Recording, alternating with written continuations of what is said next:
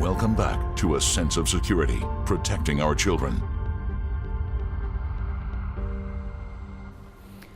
A sense of security in the classroom comes with understanding why mass school shootings occur. As incidents continue, the spotlight has turned towards a focus on mental health.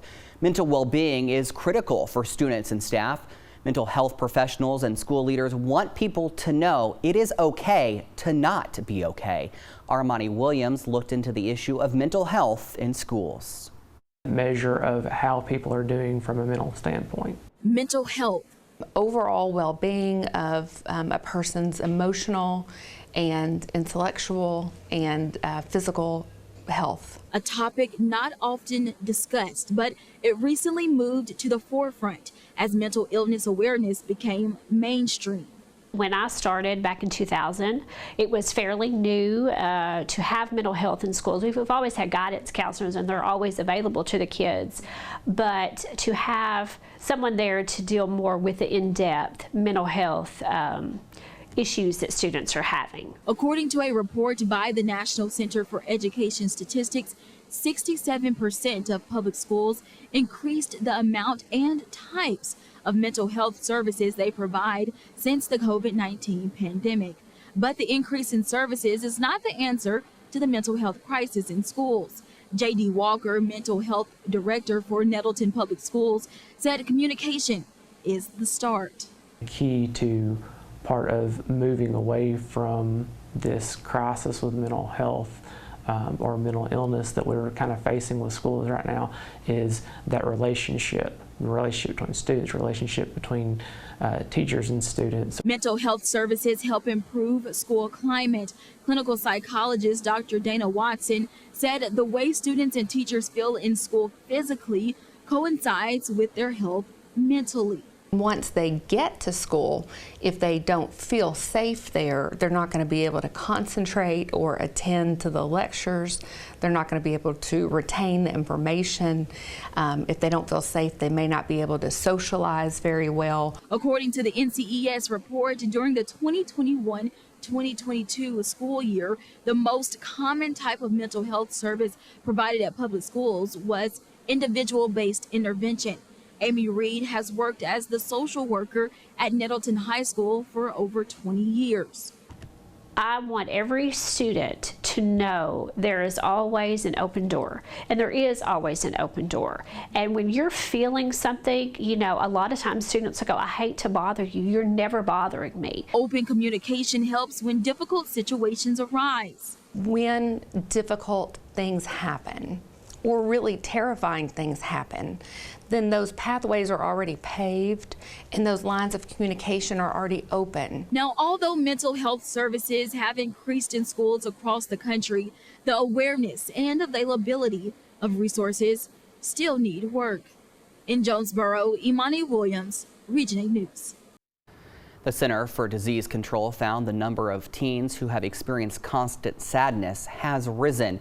And if you or someone you know is in crisis, help is available 24 hours a day, 7 days a week. You can reach out to the National Suicide Hotline simply by calling 988. You don't have to be suicidal to call. You can reach out for help for yourself or for someone you know. Arkansas lawmakers have taken note of the need for enhanced school security. After all, many were impacted by the West Side tragedy.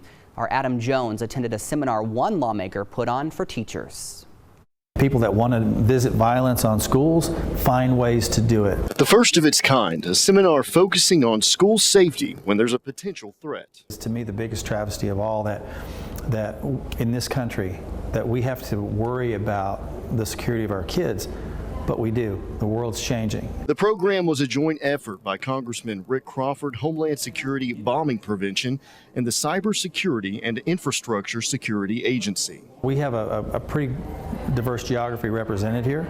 Over 140 school administrators, police officers, and teachers attended the workshops, learning about different types of threats that could put your school in danger. They all have the same thing in common. That's keeping their students safe, keeping their teachers safe, and making sure that we have a safe environment to educate our kids.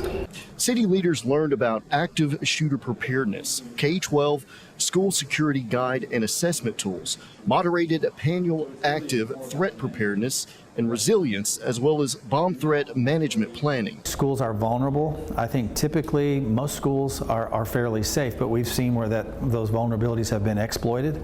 And we have to, this is a conversation we have to have. These are soft targets. Although security in schools has ramped up tremendously over the last 20 years, threats are still a major issue in not just Region 8, but our entire country. In many cases, school shooters have an intimate knowledge of the school. They know how it works. They know they've been through fire drills. They know the teachers. They know some, for lack of a better term, some patterns of life as it applies to that school, and they know how to exploit those safety gaps. Unfortunately, school shootings aren't the only threat we have to worry about in this day and time. The traditional view of school violence is using firearms. We're seeing an increase in IED threats. And this is happening at schools and colleges across the country, and the increase is phenomenal year over year. Talking with Representative Crawford, I asked the one question that's on everyone's mind. Do you think that teachers and students are safe within schools right now? I think generally speaking, yes. I don't want parents to have this overriding concern about when they drop their kid off at school that they have this sense of dread, and that's what I think we need to instill on our parents and on our students, is that's why these people are here today. And that was our Adam Jones reporting. Governor Asa Hutchinson signed a $50 million school safety grant 1 week ago today. It will allow schools to pay for implementing one-time recommendations from the School Safety Commission. Among the Commission's recommendations, all districts should have a behavioral threat assessment team. A statewide safety tip line should be established for reporting concerns. All students should have access to mental health services. All classroom doors should remain closed and locked during school hours. And schools will also be required to undergo active school shooter training. And as soon as an alert comes across a guardian's phone or their email, panic really begins. The alert may be on a school going on lockdown because of a threat to the students. The first reaction of guardians is to pick up their children. Law enforcement and school leaders believe this very panic causes more confusion. During emergencies at schools, emergency responders need to get close to the scene. When parents rush to pick up their children, it complicates things. Jonesboro's Police Chief Rick Elliott said the role of parents in an emergency is to be calm and wait for instructions from leaders on the scene. So it's important that I keep this flow open. And yes, I understand that, you want to check on your child, but if we got the school locked down, you're not coming in. And then if you do come in, then you're a potential threat also. Elliott said with some guardians carrying guns, they may be even seen as another threat. And just as the number of shootings have rose, so have the number of false reports against a school. It is a growing concern for school leaders and for law enforcement. In Sharp County, Shane Russell will take over as sheriff at the end of the year. Russell is currently the Highland Police Chief. He said he has dealt with the boy who cried wolf situation in the past and has a message for anyone who might be considering it now. We will address each one regardless of intent. They'll be held accountable. We will find them, and the school is learning more and more all the time of how to track people in their electronic devices and how to find those people. Russell said as the next sheriff, he is ready to do whatever it takes to protect the children at all of the schools in Sharp County.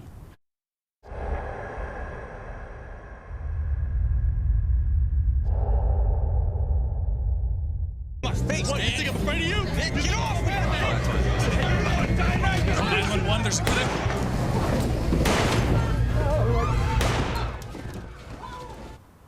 Mass shootings aren't just isolated to schools, they can happen anywhere. Being prepared and knowing what to do can save your life. In the case of school shootings, the Sandy Hook Promise found 4 out of 5 attackers told someone of their plans before carrying out the attack. Warning signs are usually there. Here are some telltale signs the Sandy Hook Promise found. Suddenly withdrawing from friends, family, and activities. Bullying, especially if it's targeted towards differences in race, religion, gender, or sexual orientation. excessive irritability, lack of patience, or becoming angry quickly, experiencing chronic loneliness or social isolation, expressing thoughts of harming themselves or someone else, making direct threats towards a place, another person, or themselves, bragging about access to guns or weapons, and directly expressing a threat as a plan. And if you find yourself in an active shooter situation, it is important to know how to stay alive. And it starts with 3 simple words: run, hide, fight. The FBI recommends your first line of defense is to run. Get away from the threat by putting as much room between you and the shooter. If that is not possible, you should hide. That means going to a different room and locking the door. Silence your cell phones. Fight only as a last resort. Use objects as improvised weapons. Use teamwork and surprise. A coordinated ambush can incapacitate an attacker. Remember, you are fighting for your life. You have to really commit to addressing that threat, and you have to fight like your life depends on it, because it does. And you have to basically have an unfair fight. Do everything you can to survive, and that means be aggressive and do whatever it takes to win that fight, because you are fighting for your survival. You should also prepare for the worst before it happens. That includes having situational awareness of where you are at all times. For many, it is not a matter of if, but when a tragedy will happen, and talking to your children during and after is critical. The Children's Hospital of Philadelphia Center for Violence Prevention offered several tips to do so. First, make time to talk to your child about the event.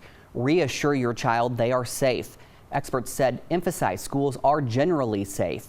You should also validate their feelings. Explain all feelings are okay. Let your child talk, put things in perspective, and let them express feelings the way they need. That can be through writing, music, play, or art. Be patient. Children and teens don't always know how to ask for help or to talk. Pay attention if you notice them spending extra time with you, or if they seem to want to say something but don't. Observe your child after an event. Changes in behavior, appetite, and sleep patterns can indicate a level of anxiety or discomfort. Limit viewing of the events. Seeing things not developmentally appropriate can cause anxiety and confusion, particularly in young children. Maintain a normal routine. This can reassure your child and help them maintain good physical and mental health. Finally, seek help. As adults, we do not know all the answers, and sometimes helping our children can impact our health. It is important to get the help you need when you need it.